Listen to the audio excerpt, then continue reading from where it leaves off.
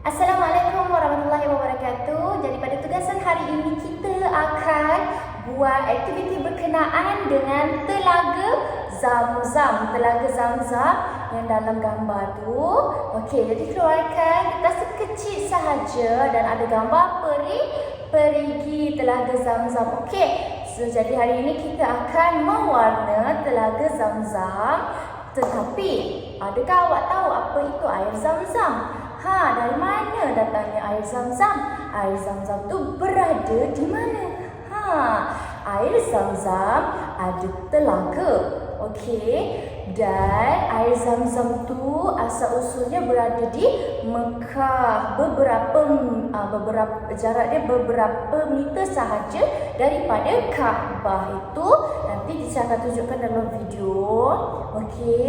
Telaga Zamzam itu berada di kawasan Mekah. Dan apa yang awak nampak kat sini, kat situ jugalah ada saluran air Zamzam. Okey. Jadi apa cerita dia, teacher? Okey, sementara saya mewarna, saya akan terangkan dekat anak-anak macam mana kita nak warna. Okey, kita akan guna dua warna sahaja, iaitu warna emas dan juga warna kelabu. Warna kuning ataupun kuning keemasan dan juga warna kelabu.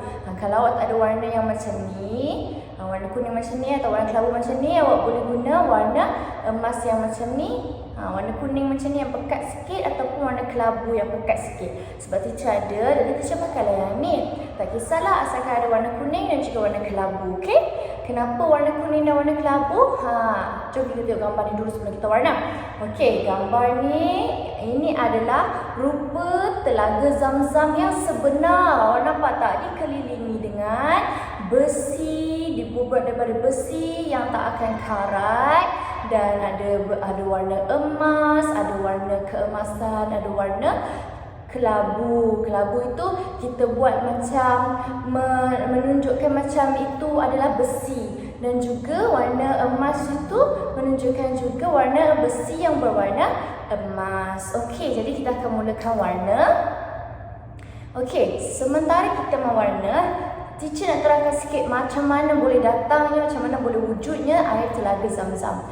Pada suatu hari ada seorang Nabi Allah, iaitu Nabi Ibrahim alaihi salam.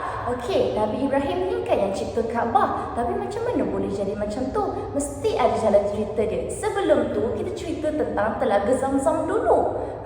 Nabi Ibrahim alaihi salam ada isteri yang bernama Hajar. Okey. Ada isteri bernama Hajar dan juga dikurniakan anak oleh Allah, iaitu Nabi Allah, Nabi Ismail. Maksudnya Nabi Ismail alaihi salam tu adalah anak kepada Nabi Allah, Nabi Ibrahim. Jadi Nabi Ibrahim bernikah dengan Hajar dan mendapat anak namanya Nabi Ismail alaihi salam. Okey, lepas tu untuk dipendekkan cerita lah kan, teacher shortcutkan cerita.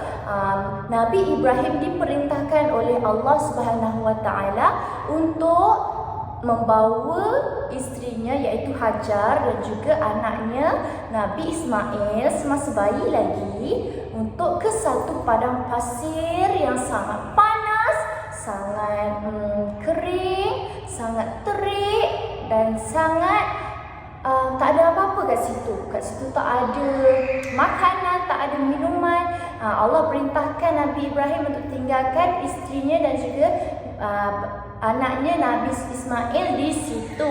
Okey, lepas tu masa Nabi Ibrahim sangat berat hatilah untuk tinggalkan isteri dan juga anaknya di situ. Kepanasan, tapi sebabkan perintah Allah tu siapa? Tuhan kita kan? Disebabkan perintah Allah, jadi kita perlu ikut. Okey, kenapa? Ada sebabnya. Okey, lepas tu bila Nabi Ibrahim nak balik, mereka kan naik kuda masa zaman tu. Mereka naik kuda, tapi Nabi Ibrahim sahaja yang naik kuda balik. Tapi masa Nabi Ibrahim nak balik tu, Hajar pun kejar Nabi Ibrahim, tanya Nabi Ibrahim. Suami dia kan tanya dia kenapa kau tinggalkan aku dekat sini untuk siapa jaga? Siapa yang tengok macam tu kan? Sebab dia tak ada siapa-siapa kat situ, cuma ada Hajar dan juga Nabi Ismail di tengah-tengah padang pasir dan juga di tengah-tengah kawasan yang sangat panas, kemarau macam tu. Okey, lepas tu Nabi Ibrahim pun berkata, Allah Subhanahu Wa Taala lah yang akan menjaga Hajar dan juga Nabi Ismail pada waktu itu. Jadi bila Hajar dengar perkataan ayat tu daripada suaminya iaitu Nabi Ibrahim, jadi Hajar pun berkata, raditu billahi rabbah, aku berserah segalanya kepada Allah. Jadi maksudnya sebabkan Allah tu Tuhan kita, jadi kita berserah pada Allah. Okey, kalau Nabi Ibrahim dah cakap macam tu, jadi Hajar dan juga Nabi Ismail pun tinggal di situ. Okey, potong cerita lagi, mereka makan dan minum, bekalan yang mereka bawa sampai habis. Bila dah habis, mestilah mereka nak juga minum dan juga makan kan. Manusia kan perlukan makanan dan minuman setiap hari. Satu hari berapa kali kan. Jadi masa tu bekalan makanan dan minuman untuk Hajar dengan Nabi Ismail dah habis. Nabi Ismail lagi masa baby kan, masa bayi lagi. Jadi seorang ibu ni, Hajar ni, mak kepada Nabi Ismail pun pergilah ke satu bukit yang tak jauh daripada situ. Bukit tu nama dia Bukit Safa. Okey, Bukit Safa. Dia naik, dia mendaki ke atas bukit tu. Hajar mendaki ke atas bukit tu. Lepas tu dia tengok ada tak orang. Ada tak sekumpulan orang ke? Ada orang yang lalu lalang ke dari jauh? Sebab dia nak minta apa? Hajar nak minta air. Sebab haus lah, kita tak ada air. Cuba bayangkan, masa kita, pernah tak kita tak makan tak minum? Pernah, masa tu bulan Ramadan, bulan puasa, tapi kita tak makan tak minum tu untuk beberapa jam sahaja, sampai satu hari pun, daripada pagi sampai petang sampai malam tu sahaja. Lepas tu kita dah macam haus ni nak air. Cuba bayangkan situasi Hajar dan juga Nabi Ismail dekat tengah padang yang panas, kemarau yang tak ada apa-apa, tak ada sumber makanan, tak ada sumber minuman. Dengan dia bawa baby, macam mana baby tu nak makan nak minum kan? Okey. Lepas tu tengok tak ada. Bila Hajar dah naik bukit dekat sofa tu, tengok tak ada pun orang yang lalu. Jadi tak jumpa lagi. Lepas tu Hajar tak berputus asa. Hajar daripada bukit sofa ni, Hajar pun berlari ke bukit sebelah sana pula. Di sini iaitu Bukit Marwah. Okey, lepas tu Hajar pun daki Gunung Marwah. Lepas tu dekat Gunung Marwah pun sama juga, Hajar tengok ada tak orang. Tak ada. Hajar pun tak berputus asa sebab memikirkan anak dia yang tak makan tak minum. Jadi Hajar turun daripada Bukit Marwah tu, kembali berlari ke Bukit Safa. Lepas tu tak ada juga, tengok tak ada orang juga, dengan harapan memang akan ada orang lalu. Lepas tu masa pun berlalu. Lepas Hajar dah daki Bukit Safa, lepas tu pergi ke Marwah pergi ke Safa. Lepas tu ulang alik banyak kali, sebanyak 7 kali. Pernah dengar tak perkataan yang kita perlu berlari-lari anak daripada Bukit Safa ke Bukit Marwah? Itu adalah perbuatan sa'i. Yang saya kata awak perlu berjalan atau berlari anak daripada Bukit Safa ke Bukit Marwah. Okey? Itulah sa'i, itulah cerita di mana berlakunya sa'i. Kenapa kita perlu berlari-lari anak daripada Bukit Safa ke Bukit Marwah, dari Bukit Marwah pula ke Bukit Safa pula. Sebanyak 7 kali kita ulang. Kenapa? Itulah peristiwanya. Tapi saya belum habis cerita tentang air Telaga Zamzam. Selepas dah 7 kali Hajar berlari-lari daripada Bukit Safa, mendaki, lepas tu pergi turun, pergi dekat Bukit Marwah pula, daki naik atas, tak ada, ulang sebanyak 7 kali tu. Lepas tu Hajar pergi kembali ke tempat bayi, yang di tempat yang Hajar tinggalkan anak dia iaitu Nabi Ismail, dekat tempat yang bayi tu duduk tadi. Dekat situ Hajar tinggalkan sebab nak cari air tu kan. Tengok dekat Bukit Safa, Bukit Marwah tu tak ada orang. Dia pergi balik dekat baby tu. Lepas tu tiba-tiba Hajar dengar satu suara. Lepas Hajar dengar satu suara, Hajar pun carilah, tapi Hajar tak nampak siapa.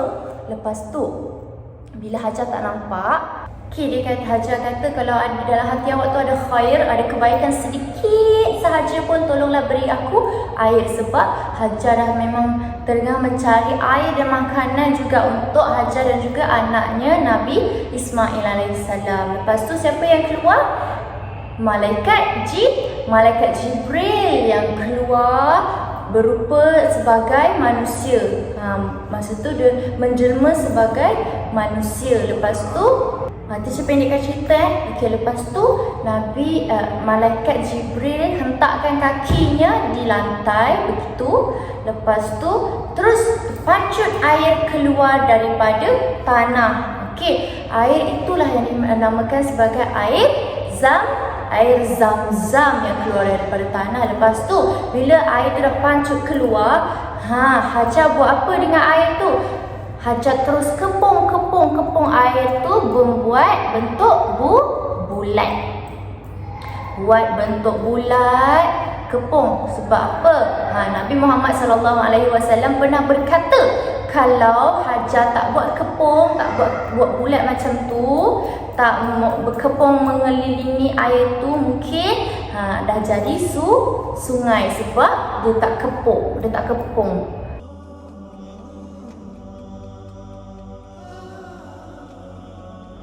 The blessed water is provided at the 2 holy mosques in sterile containers, carefully distributed at drinking places and courtyards.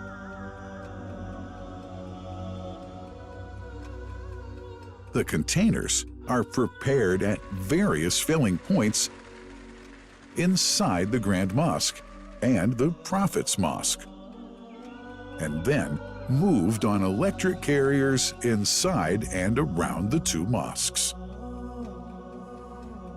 For their convenience,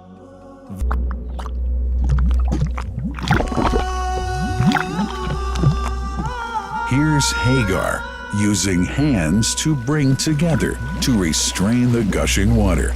Blessed is the distressed mother. Had she left Zamzam water up to go, it would have become an abundant flow.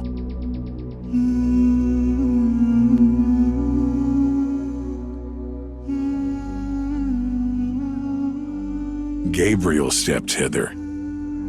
Then the great well gushed. Superior to all other, a miracle to stay forever, reviving the old tradition. With a water so pure, drinking it is a devotion.